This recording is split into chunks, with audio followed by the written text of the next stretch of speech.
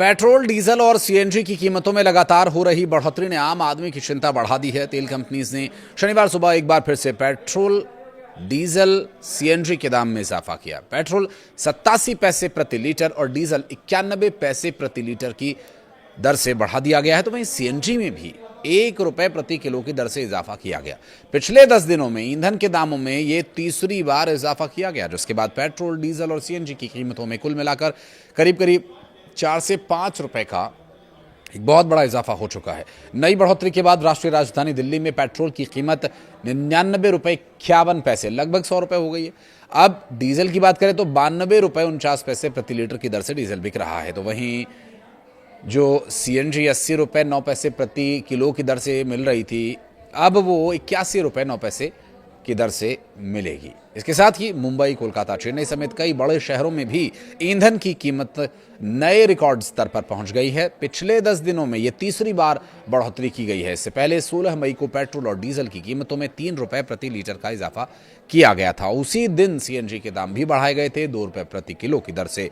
तो वहीं 17 मई को सीएनजी की कीमतों में ₹1 का अतिरिक्त इजाफा किया गया था, जिसके बाद 19 मई को करीब 90 पैसे की बढ़ोतरी की गई थी। जिसके बाद अब जो ताज़ा बढ़ोतरी है वो पेट्रोल की 87 पैसे प्रति लीटर, डीजल की 91 पैसे प्रति लीटर है, जबकि सीएनजी ₹1 प्रति किलो के हिसाब से महंगी हो गई। अगर कुल बढ़ोतरी की बात करें तो बीते 10 दिनों में पेट्रोल ₹4.74 प्रति लीटर की दर से महंगा हुआ है, डीजल लगभग ₹4.82 प्रति लीटर की दर से महंगा हुआ है, सीएनजी के दाम में ₹4 प्रति किलो की बढ़ोतरी की गई है। दरअसल पश्चिम एशिया में जारी तनाव और होर्मुज स्ट्रेट की नाकेबंदी से कच्चे तेल की कीमतों में रिकॉर्ड उछाल देखने को मिल रहा है, जिसकी वजह से ईंधन इतना महंगा हुआ है। विशेषज्ञों का मानना यह है कि ईंधन महंगा होने का असर सिर्फ वाहन चालकों तक सीमित नहीं रहता।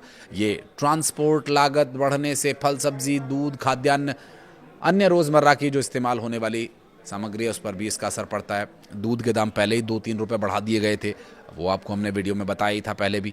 इसके अलावा टैक्सी, ऑटो और जो माल भाड़ा है वो भी महंगा होने से महंगाई का दबाव और बढ़ सकता है। आने वाले दिनों में लोगों को महंगाई का ये सामना करना पड़ सकता है। इस बीच केंद्र सरकार ने एक बार फिर लोगों से पेट्रोल, डीजल और एलपीजी की घबराहट में खरीदारी नहीं करने की अपील की है। पेट्रोलियम और प्राकृतिक गैस मंत्रालय ने शुक्रवार को ये कहा कि देश भर में पेट्रोल और डीजल की पर्याप्त उपलब्धता बनी हुई है और आपूर्ति व्यवस्था पूरी तरह से स्थिर है।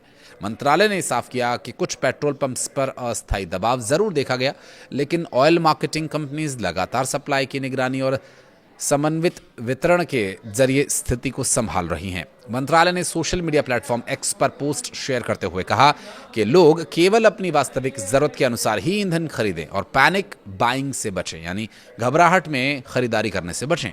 मंत्रालय ने यह भी कहा कि जिम्मेदार खपत और जनता का सहयोग मौजूदा अधिक मांग वाले दौर में सभी के लिए ईंधन की सुचारू उपलब्धता सुनिश्चित करने में मदद करेगा।